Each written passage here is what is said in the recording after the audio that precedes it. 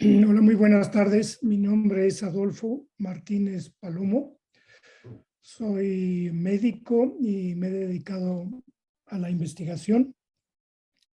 He tratado de analizar algunos de los problemas infecciosos importantes en muchísimo tiempo, desde hace siglos, afectaba a la población en México y por alguna razón que no conocemos, sobre todo a la Ciudad de México. Esta enfermedad es la amibiasis que afecta el hígado y que afecta el intestino. Era extraordinariamente frecuente. Yo cuando estudié medicina, en todos los hospitales generales había enfermos. Por fortuna, esta infección ha disminuido y decidí hacer un libro de divulgación que se llama Las amibas enemigos invisibles, porque los bichitos que producen esta infección son amibas del género, en latín se llama Entamoeba histolítica. Y la historia es interesante porque, como decía, desde hace cuando menos 3 siglos, hay alguna descripción histórica de lo importante que era esta enfermedad. Entonces, en el libro trato de definir, sobre todo para estudiantes, qué sé yo, tal vez de los últimos años de secundaria, de preparatoria y hasta algunos que empiecen a estudiar el área biológica, la importancia de la amibiasis en el mundo y en particular en México, y cómo poco a poco se fue descubriendo que esta enfermedad era producida por un organismo vivo, una amiba, que solamente se puede ver al microscopio, que tiene el tamaño aproximadamente de 2 o 3 glóbulos rojos, que es extraordinariamente pequeña, y por eso lo llamo amibas enemigos invisibles, porque son invisibles. Y durante mucho tiempo no se sabía que eran la causa de la amibiasis hepática e intestinal. Y poco a poco se fue avanzando en el conocimiento.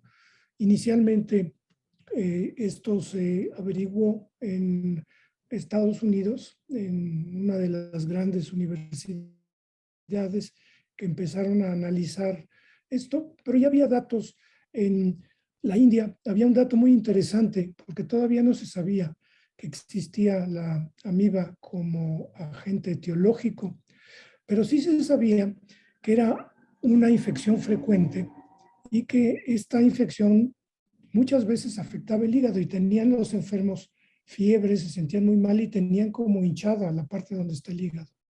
Y hubo un duelo famoso entre dos soldados ingleses que se enojaron mucho y decidieron hacer un duelo con espadas. Y entonces empezaron a espadear y uno de ellos le picó justamente, uno estaba muy enfermo, tenía dolor de hígado y tenía seguramente amibiasis hepática, un nódulo, un absceso hepático amibiano, y entonces le picó uno de ellos, le picó en la región del hígado, y entonces salió el contenido del absceso hepático y durante muchos días se mejoró notablemente, y entonces se empezó a ver que una forma de tratar el absceso hepático era llevarlo a cirugía, abrirlo y limpiar el contenido de ese absceso.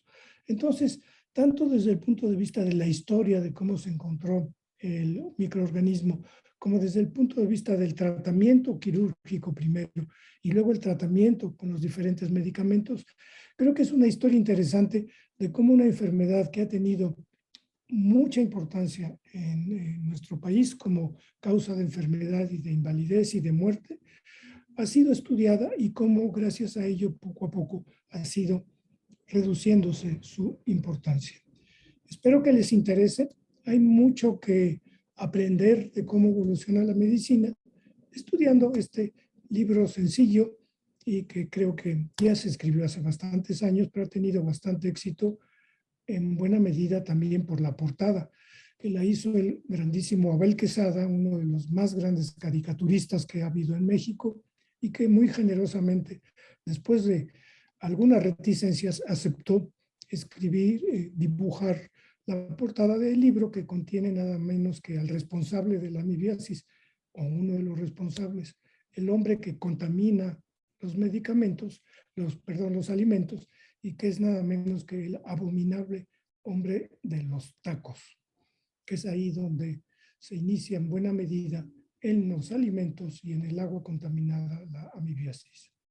Esto es todo, se los recomiendo.